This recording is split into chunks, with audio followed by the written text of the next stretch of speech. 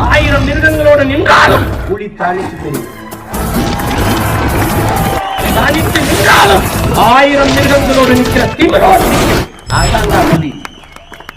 அதான் புலி. உறவுகள் அனைவருக்கும் வணக்கம். இன்னைக்கு நம்ம யாரை பார்க்க வந்திருக்கோம்னா, வழக்கறிஞர், விழுப்புரம் மாவட்ட செயலாளர் அண்ணன் பேச்சுமுத்து அவர்களை பார்க்க வந்திருக்கோம். வணக்கம். வணக்கம். விக்கிரவாண்டி இடைத்தேர்தலை சந்தித்து அதனுடைய முடிவுலாம் இப்போ தான் ஓய்வில் இருக்கீங்க. கிட்டத்தட்ட ஒரு மாத கால கடுமையான உழைப்பு. ஆனால் அந்த ஒரு மாத கால உழைப்புக்கான பலன் கிடைச்சிருக்கா அப்படிங்கிறத நீங்கள் சொல்லணும். விக்கிரவாண்டி இடைத்தேர்தலில் உழைப்புக்கு ஏற்ற பலன் கிடைச்சிருக்கான்னு கேட்டிங்கன்னா கிடைக்கல தான் நம்ம சொல்லணும். ஏன்னா நாம் தமிழர் கட்சி உறவுகள் கடுமையாக இந்த இடைத்தேர்தல் களத்தில் உழைச்சிருந்தாங்க. குறிப்பாக தமிழ்நாட்டில் இருந்து பல்வேறு பகுதியிலிருந்து நாம் தமிழர் கட்சி உறவுகள் இந்த களத்தில் களப்பணி செஞ்சுருந்தாங்க. நாம் தமிழர் கட்சியின் கொள்கைகள், கோட்பாடுகள் எல்லாம் மக்களிடம் எடுத்து சொல்லி நம்ம வாக்குகளை கேட்டிருந்தோம். ஆனால் இந்த திராவிட கட்சியான திமுக எளிமையாக அவங்க மக்களை அடைச்சி வச்சு வாக்குக்கு பணம் கொடுத்து மக்களுடைய வாக்குகளை பெற்றிருந்தாங்க. 10,602 வாக்குகள் தற்போது நாம் தமிழர் கட்சிக்கு இந்த இடைத்தேர்தலில் கிடைச்சிருக்கு. 10,202 வாக்குகளும் உண்மைக்கும் நேர்மைக்கும் கிடைத்த வாக்குகள். ஆனால் திமுக பெற்ற ஒவ்வொரு வாக்கும் 2000, 4000 மூக்குத்தி இதற்கு கிடைத்த வாக்காக தான் நம்ம பார்க்குறோம். நம்ம கடுமையாக உழைத்தோம். கடுமையாக உழைத்ததற்கு இந்த வாக்கு என்பது குறைவான வாக்கு தான். பணம் தான் அதிகமாக விளையாடுச்சு நான் நினைக்கிறேன். குறிப்பாக திமுக பணத்தை மட்டுமே நம்பி இந்த தேர்தலை சந்திச்சிருந்தது. நாம் கொள்கைகளை எடுத்து சொல்லி நம்ம மக்கள்கிட்ட வாக்கு கேட்டிருந்தோம். 10,602 வாக்குகள் கொடுத்துருக்காங்க. குறிப்பாக 2021 விக்கிரவாண்டி தொகுதியில் நாம் தமிழர் கட்சி பெற்ற வாக்கை விட இப்போ 10,602, அதாவது இடைத்தேர்தலில் பெற்ற வாக்கு சதவீதம் கூடுதலாக தான் இருக்குது. அப்போ இடைத்தேர்தலின் போது கூட நீ எத்தனை ஆயிரம் பணம் கொடுத்தாலும் நான் நாம் தமிழர் கட்சிக்கு ஓட்டு போடுவேன் அப்படின்ற இடத்துல மக்கள் இருக்காங்க என்பது நமக்கு தெரிய வந்திருக்கு. இன்னும் கூடுதலாக நமக்கு வாக்கு கிடைச்சிருக்கலாம், நம்ம வெற்றி பெற்றிருக்கலாம். ஏன்னா இப்போ திமுகவில் அன்னியூர் சிவாவை தேர்ந்தெடுத்து சட்டமன்றத்துக்கு அனுப்பியிருக்காங்க. சட்டமன்றத்துக்கு போயிட்டு அவர் என்ன பண்ணுவார் சொல்லுங்க? அவர் என்ன பண்ணுவார்? கும்பலோட மேசையை தட்டுவார். ஸ்டாலின் பேசினா ஆமா நான் ஆதரிக்கிறேன், ஆமோதிக்கிறேன் அப்படின்னு மேசையை தட்டுவார். இதுவே இப்போ விக்கிரவாண்டியிலிருந்து நாம் தமிழர் கட்சி வேட்பாளர் தேர்ந்தெடுத்து அனுப்பியிருந்தா மக்களுடைய உரிமைக்காக பேசியிருப்பாங்க. இப்போ அந்த விக்கிரவாண்டி தொகுதியே நாம் தமிழர் கட்சி ஆட்சி அதிகாரத்துக்கு வந்தால் எப்படி இருக்கும்? அந்த ஒரு சட்டமன்ற தொகுதியை நீ நாம் தமிழர் கட்சி கொடுத்திருந்தா, மக்கள் கொடுத்திருந்தா அவருடைய அரசியலின் அவசியம் என்ன என்பது மக்களுக்கு தெரிய வந்திருக்கும். வாக்கு குறைவுதான், நம்ம எதிர்பார்த்த வாக்கு நமக்கு வரலை. நல்லதுண்ணே. இப்போது திமுகவை எதிர்த்து பல இடங்கள்ல நாம் தமிழர் கட்சி போராடி இருக்கு, பல விடயங்கள்ல போராடி இருக்கு. ஆனால் இன்னைக்கு சீமானையும் நாம் தமிழர் கட்சியும் எதிர்த்து தமிழ்நாடு முழுக்க போராட்டம் நடந்துட்டு இருக்கு. அதுன்னு குறிப்பாக சுபவி இதை என்னால் பொறுத்துக்க முடியல, ரத்தம் கொதிக்குது அப்படிங்கிற அளவுக்கு தீவிரமாக இறங்கியிருக்காரு. அதை எப்படி பார்க்குறீங்க? இப்போ நாம் தமிழர் கட்சி ஆரம்பிக்கப்பட்ட ஆரம்ப காலத்தில் காங்கிரஸ் கட்சி, அப்புறம் திமுகவை எதிர்த்து அண்ணன் சீமான் அவர்கள் பல போராட்டங்களை முன்னெடுத்தார்.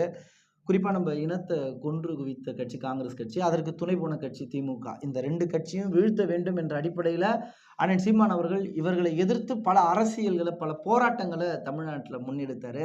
ஆனால் இன்னைக்கு பார்த்தீங்கன்னா நாம் தமிழர் கட்சி எதிர்த்து போராட வேண்டிய ஒரு காலத்திற்கு இந்த திமுக வந்திருக்கு, காங்கிரஸ் கட்சி வந்திருக்கு.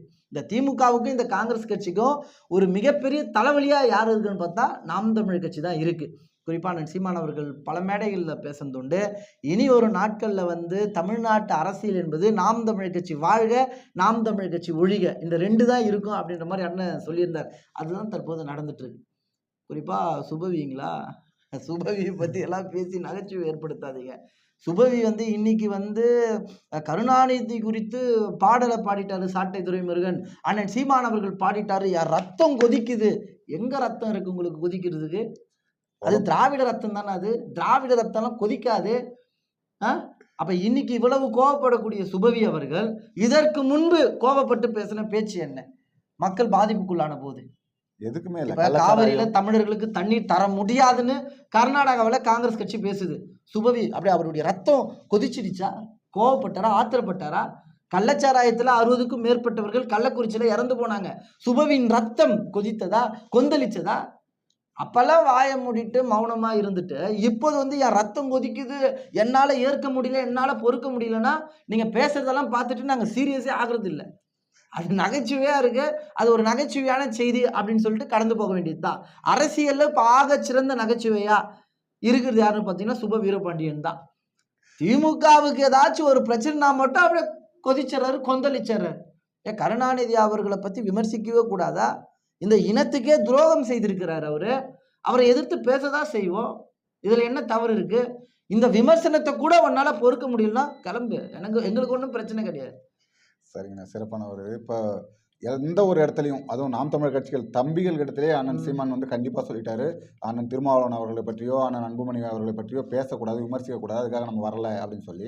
ஆனால் தொடர்ச்சியாக அண்ணன் திருமாவளவன் அவர்கள் பல இடங்களில் நாம் தமிழர் கட்சியை விமர்சித்தும் அண்ணன் சீமான் அவர்களை விமர்சித்தும் பண்ணிட்டு இருந்தார். ஆனால் இப்போ ரொம்ப திமுகவுக்கு முட்டு கொடுக்குற மாதிரி அண்ணன் ஆம்ஸ்ட்ராங் கொலை வழக்கில் திமுகவுக்கு எதிர்ப்பாக வந்து நாம் தமிழர் கட்சி திசை திருப்புது, இதனால் எந்த பயனுமே கிடையாது, நாம் தமிழர் கட்சி செய்யக்கூடியது திமுக அரசை கலங்கடிக்கிற வேலை அப்படின்னு சொல்லி நாம் தமிழர் கட்சி மேல குற்றச்சாட்டு வச்சிருக்காரு. இப்ப திமுகவை நாம கலங்கடிக்க வேண்டியது இல்லை, திமுகவே கலங்கப்பட்டு தான் நிக்குது. இப்ப அண்ணன் ஆம்ஸ்ட்ராங் கொலை வழக்கு நீங்களே பாருங்க, 10 நாளைக்கு முன்னாடி நடந்தது. ஒரு கட்சியுடைய மாநில தலைவர் அவர். ஒரு கட்சியின் மாநில தலைவருக்கே பாதுகாப்பு இல்லாத ஒரு சூழல் எங்க இருக்குன்னு பாத்தீங்கன்னா தமிழ்நாட்டில் இருக்கு. அப்ப ஒரு மாநில தலைவருக்கே இந்த நிலைமைனா அப்ப சாமானிய மக்களுக்கு எப்படி? இன்னைக்கு பாருங்க, மதுரையில நாம் தமிழர் கட்சி நிர்வாகி பட்ட பகல்ல நடைபயிற்சிக்காக போயிருக்கிற அவர். நடைபயிற்சிக்கு போன அந்த நபரை வெட்டி சாகடிச்சிருக்காங்க. பட்ட பகல் நடந்திருக்கு. 10 நாளைக்கு முன்னாடி அண்ணன் ஆம்ஸ்ட்ராங் படுகொலை, இன்னைக்கு நாம் தமிழர் கட்சி நிர்வாகி படுகொலை. செய்தித்தாளை எடுத்து படிச்சாலே அங்க அதிமுக நிர்வாகி கொலை, இங்க காங்கிரஸ் நிர்வாகி கொலை, பாமக பிரமுகருக்கு வெட்டு குத்து, இது போன்ற செய்தியே படிச்சுட்டு இருக்குமே. அப்ப தமிழ்நாட்டுல சட்ட ஒழுங்கு எப்படி இருக்கு? அப்ப திமுகவை கலங்கடிக்கிறது நாம் தமிழர் கட்சியா? அதுவே கலங்கப்பட்டு போயிருக்கா? இப்ப அண்ணன் திருமாவளவன் அவர்கள் வந்து தற்போது திமுகவின் ஆட்சியை விமர்சனம் பண்ணணும். சட்ட ஒழுங்கு சரியில்லை. இல்லப்பா, அண்ணன் திருமாவளவன் பேசட்டும், செய்தியாளர்கள் சந்திப்பிலே பேசட்டும். திமுக ஆட்சியில சட்ட ஒழுங்கு ஆக சிறப்பா இருக்குன்னு பேச சொல்லுங்களா? ஆட்சி நல்லா தானே இருக்கு. இப்போ குறிப்பா அண்ணன் தான் இது குறித்து எதிர்ப்பு தெரிவிச்சிருக்கணும். ஏன்னா ஒரு தலித் தலைவர், ஒரு தலித் சேர்ந்தவங்க அங்கங்கே பாதிக்கப்படுறாங்க. ஆனா அண்ணன் தான் முதன்மையா குரல் கொடுத்துருக்கணும், முதன்மையா போராடி இருக்கணும். ஆனா போராடுறவங்க மேல குற்றச்சாட்டு வைக்கிறாரு. போராடுறவங்க மேல தவறு, இது போராடாதீங்க அப்படின்னு சொல்றது. திமுக சரியான கட்சி அப்படின்னு சொல்றது. திமுக சரியான கட்சினாலாம் நாம ஏற்க முடியாதுல்ல. திமுக சரியான கட்சியா இருந்தா நாளுக்கு நாள் எதுக்கு கொலை நடக்குது, கொள்ளை சம்பவங்கள் நடக்குது, போதைப் பொருட்கள் கலாச்சாரம் பெருகில? அடுத்து அதான் கேட்கணும்னு நினைச்சேன். கிட்டத்தட்ட ஒரு மாதத்திலே 163 படுகொலைகள் நடந்திருக்கு. 163 படுகொலைகள். ஒழுங்கு சரியா இருக்கு. ஆமா, அங்கங்க கள்ளச்சாராய சாவுகள். ஆட்சி நடத்துறாங்க. திமுகவை யாரும் விமர்சிக்க கூடாது. ஒரு மாசத்துல 163 கொலை நடக்குதுன்னா இதுனா என்ன, வட மாநிலமா இல்ல தமிழ்நாடா? இது என்ன உத்தரப்பிரதேசமா தமிழ்நாடா? அப்ப ஸ்டாலின் அவருடைய ஆட்சியில தமிழ்நாடு இன்னொரு உத்தரப்பிரதேசமா மாறிடுச்சா இல்லையா? அப்ப ஆட்சி சரியா நடத்தல. ஆமா. அப்ப பாதுகாப்பு மக்களுக்கு இல்லைல்ல. நான் முன்னாடியே சொன்னது போல ஒரு கட்சி மாநில தலைவரே சாகடிக்கிறாங்க. கட்சி மாநில தலைவரை சாகடிச்சாங்க. அது திருவேங்கடம் என்ற ஒரு நபரை அந்த குற்ற வழக்குல கைது பண்றாங்க. விசாரிக்கிற என்ற அடிப்படையில அவரை சுட்டு சாகடிக்கிறாங்க. அது நாடகமா இல்லையா? ஏன் அவரை சுட்டு சாகடிக்கணும்? அவர் எல்லா வாக்குமூலத்தையும் கொடுத்துட்டாரா? எதற்காக இந்த கொலை நடந்தது எல்லாமே அவர் தெளிவுபடுத்திட்டாரா? அதற்குள்ள உங்களுக்கு என்ன அவசரம் நான் கேட்கிறேன். அதற்குள்ள என்ன அவசரம்? அப்ப உங்களுக்கு என்ன அவசரம்னா, திருவேங்கடம் பல உண்மைகளை வெளிக்கொண்டு வந்துருவாரு, வாக்குமூலமா கொடுத்துட்டா இதற்கு பின்னாடி யாராவது இருக்காங்களோ முக்கிய பிரமுகர்களோ சிக்குவார்கள் என்பதற்காக திருவேங்கடத்தை நீங்க போட்டு தள்ளிட்டீங்களா?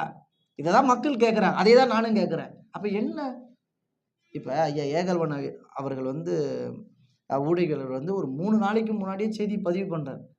நீங்க பாருங்க, அண்ணன் ஆம்ஸ்ட்ராங் அவருடைய கொலை வழக்குல கைது செய்யப்பட்ட குற்றவாளிகளை 2-3 பேர் சுட்டு சாகடிக்கப்படலான்னு செய்தி பதிவு பண்றாரு. இதுக்கு பின்னாடி வேற ஒரு அரசியல் இருக்குன்னு பதிவு பண்றாரு. என்ன நடக்கணும் முன்னாடியே சொல்றாரு. அன்னைக்கு பல பேர் இந்த திமுக கட்சியை சார்ந்தவர்கள் எல்லாம் ஐயா ஏகல்வன் அவர்களை விமர்சனம் பண்ண வந்துட்டாருப்பா புலனாய்வு புலி அப்படின்னு எல்லாம் பேசுனாங்க. ஆனா அடுத்த 2 நாளைக்கு கழிச்சு பாத்தீங்கன்னா ஒருத்தர் சாகடிக்கிறாங்க. நம்ம இந்த சினிமால எல்லாம் வரும் பார்த்தீங்களா, அதே பாணியில நடந்திருக்கு இந்த கொலை. இது ஒரு கொலை தான். அவர் அவர்கிட்ட நீங்க கேட்கணும், வாக்குமூலத்தை வாங்கணும். இந்த கொலைக்கு காரணம் என்ன, இதற்கு பின்னாடி யாரெல்லாம் இருக்காங்க, அதை நீங்க மக்களுக்கு தெளிவுபடுத்தணும். ஒரு கட்சியின் மாநில தலைவர் சாகடிக்கப்பட்டிருக்கு, அதற்குள்ள அவசரமா நீங்க சுட்டு சாகடிக்கிறாங்கன்னா இதுக்கு பின்னாடி வேற ஒரு விஷயம் இருக்கு. அதை மறைக்கிறதுக்கு இந்த திமுக பாருங்க, அதான் வெளிப்படையே தெரியுது. ஏன்னா இந்த இணையதள உலகத்துல நீங்க இன்னும் மக்களை ஏமாத்தலாம்னு நினைச்சீங்கன்னா அதெல்லாம் என்னங்க, அந்த அளவுக்கு அவங்க மக்கள் முட்டாளா இருக்காங்க. அடுத்து இப்போ மின் கட்டணத்தை நாங்கள் திமுக ஆட்சியில் உயர்த்தவே மாட்டோம், மக்கள் பாதிக்கப்படுற மாதிரி நாங்கள் அதிமுக ஆட்சியில அவர் சொன்ன வசனங்கள்லாம் ஆமா, தெரியும். ஆமா. கருப்பு இப்போ வந்து சட்டை போட்டுனாலும் போராட்டம் ஆமா. பண்ணாரு. நாங்க வந்து மக்கள் பாதிக்கப்படுற மாரி வீட்டு உபயோகத்துக்கான மின் கட்டணத்தை உயர்த்தவே மாட்டோம் அப்படின்னு சொன்னாங்க. இப்ப 1ஆம் தேதியிலேருந்து மின் கட்டணம் உயருது. திமுகவுடைய முன்னாடி ஆட்சி எல்லாம் மின்சாரத்தை தொட்டாதான் ஷாக் அடிக்கும். இப்ப மின் கட்டணத்தை பார்த்தாலே ஷாக் அடிக்குதுன்னு பேசுனது யாரு? ஐயா ஸ்டாலின் அது அவர்கள் தான். எடப்பாடி ஆட்சியில. எடப்பாடி ஆட்சியில கருப்பு சட்டெல்லாம் போட்டு போராட்டம் பண்ணாரு. ஆமா. மின்சார கட்டணத்தை உயர்த்துவதா எடப்பாடி ஆட்சியை நான் கண்டிக்கிறேன் அப்படின்லாம் ஆத்திரப்பட்டு இருந்தாரு. இன்னைக்கு என்ன நடந்திருக்கு? இல்ல அதுதான் இன்னைக்கு அவரே என்ன உயர்த்திருக்கு. நடந்திருக்கு? மின்சார கட்டணத்தை உயர்த்திருக்கீங்களே, மின்சார கட்டணத்தை உயர்த்தி என்ன பண்ண போறீங்க? இப்ப என்னன்னா, இப்ப விக்கிரவாண்டி இடைத்தேர்தல்ல வாக்குக்கு 2000 4000 மூக்குத்தி இதெல்லாம் கொடுத்தாங்கல்ல, அதெல்லாம் சரி பண்ணணும்ல. அதெல்லாம் சரி பண்ணணும். சரி பண்றதுக்காக இது போல மின்சார கட்டணத்தை உயர்த்துறது. டாஸ்மாக் இப்ப வருமானம் பாருங்க, பத்தல. ஆமா பத்தல. அதனால மின்சார கட்டணத்தை உயர்த்திருக்காங்க. இப்ப நாம என்ன கேட்கறோம்னா, இதை மக்கள் கவனிக்கணும். அவன் 2000 கொடுக்குறான் 4000 கொடுக்குறான்னு அந்த பணத்தை வாங்கிட்டு நம்ம ஓட்டை போட்டுட்டோம். ஆனா இன்னைக்கு மின்சார கட்டணத்தை உயர்த்திருக்கான். இதனால ஒவ்வொரு மாதமும் ஒவ்வொரு நாளும் பாதிப்புக்குள்ளாக போறது யாருன்னா உழைக்கும் மக்கள். நாம தானே மின்சார கட்டணத்தை கட்டுறோம், நாம தானே பாதிப்புக்குள்ளாகிறோம். அன்னைக்கு பணம் வாங்காம நம்ம நல்லவனை தேர்ந்தெடுத்திருந்தா இந்த பிரச்சனை வந்திருக்காதுல்ல.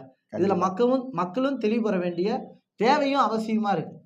அப்ப எதிர்க்கட்சியா இருக்கும்போது மின்சார கட்டணத்தை உயர்த்தினா எதிர்த்து பேசுறது, ஆளுங்கட்சியா வந்த பிறகு மக்களுடைய கருத்து எதையும் கேட்கறது கிடையாது, இஷ்டத்துக்கு மின்சார கட்டணத்தை உயர்த்துறது. இதுதான் திராவிட மாடல். அப்படிதான் இருக்கு ஸ்டாலின் அவர்களுடைய ஆட்சி.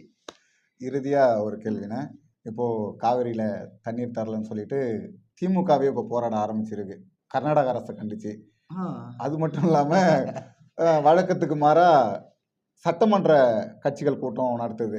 இதை நீங்க எப்படி பாக்குறீங்க? சட்டமன்ற கட்சி கூட்டம் புதுசா இருக்கா? ஆமா புதுசா இருக்கு. அனைத்து கட்சி கூட்டம் ஏன் நடத்தல? அனைத்து கட்சி கூட்டம் நடத்தினா அங்கீகரிக்கப்பட்ட அனைத்து அரசியல் கட்சியும் வரணும். அப்ப அங்கீகரிக்கப்பட்ட அரசியல் கட்சியா நாம் தமிழர் கட்சி மாறின பிறகு சட்டமன்ற கட்சி கூட்டம். ஆமா. அப்படின்னா நாம் தமிழர் கட்சி அந்த கூட்டத்துல பங்கு பெறக்கூடாது. எப்பவுமே எப்படியாச்சும் நாம் தமிழர் கட்சி வரக்கூடாது என்பதுல உறுதியா இருக்கும். திமுக உறுதியா இருக்கு. ஏன்னா நாம் தமிழர் கட்சி அந்த கூட்டத்துல வந்தா அண்ணன் சீமான் அவர்கள் பல கேள்வியை எழுப்புவாரு. கேள்விகளை எழுப்பும் போது நம்மிடம் பதில் இருக்காது என்பது இந்த திமுகவினருக்கு தெரிஞ்சிருக்கு. அதனால சட்டமன்ற கட்சி கூட்டம் நடத்துறாங்க. ஏற்கனவே அந்த பேனா சிலைக்கு பார்த்தாங்கல்ல, அப்புறம் அவங்க திரும்ப நான் என்ன கேட்கிறேன்னா, சட்டமன்ற கட்சி கூட்டம் நடத்திருக்கீங்க, காவிரியில உச்சநீதிமன்றம் போயிட்டு நமக்கான உரிமையை பெறும் நீங்க பேசிருக்கீங்க. இப்ப சட்டமன்ற தேர்தல் கர்நாடகாவில் நடந்தது. ஆமா. காங்கிரஸ் கட்சி தான் தற்போது ஆட்சி அதிகாரத்தில் இருக்காங்க. காங்கிரஸ் கட்சி தேர்தலை சந்திக்கும் போது தேர்தல் வாக்குறுதியா கொடுத்திருந்தாங்க. என்ன வாக்குறுதி கொடுத்திருந்தாங்கன்னா, தமிழர்களுக்கு தண்ணீர் தரமாட்டோம், மேகதாது குறுக்கே அணை கட்டுவோம்னு காங்கிரஸ் கட்சி தேர்தல் வாக்குறுதியில அறிக்கை கொடுத்தாங்களா இல்லையா? அறிக்கை கொடுத்தாங்க. துணை முதலமைச்சரா தேர்ந்தெடுக்கப்பட்ட டி.கே. சிவகுமார் சொன்னாரு, உறுதியா நாங்க வந்து அணை கட்டுவோம். எல்லாருமே பேசினாங்களா இல்லையா? ஆமா. இப்ப நாம என்னன்னா, மக்களை சந்திக்கும் போதெல்லாம் காங்கிரஸ் கட்சியின் முதன்மையான பிரச்சாரமா இந்த முறை எங்களை நீங்க வாக்கு செலுத்தி தேர்ந்தெடுங்க, தமிழர்களுக்கு ஒரு சொட்டு தண்ணீர் கூட தரமாட்டேன்னு சொல்லிட்டு தெரு தெருவா வீதி வீதியா காங்கிரஸ் கட்சி பிரச்சாரம் செய்துதான் ஆட்சி அதிகாரத்துக்கே வந்தது. காங்கிரஸ் கட்சி மட்டும் இல்ல, ஆமா, நம்ம ஸ்டாலின் அவர்களும் அண்ணன் திருமாவளவன் அவர்களும் இங்க இருந்து போயிட்டு பிரச்சாரம் பண்ணாங்க. அதுதான் நான் சொல்ல வரேன்னு.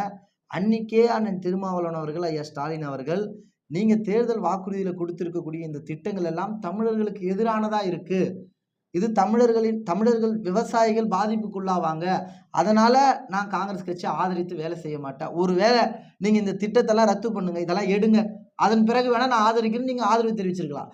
எல்லாமே தெரிஞ்சுதான் நீங்க காங்கிரஸ் கட்சிக்காக வாக்கு கேட்டீங்க, தெரு தெருவா போய் வாக்கு கேட்டீங்க.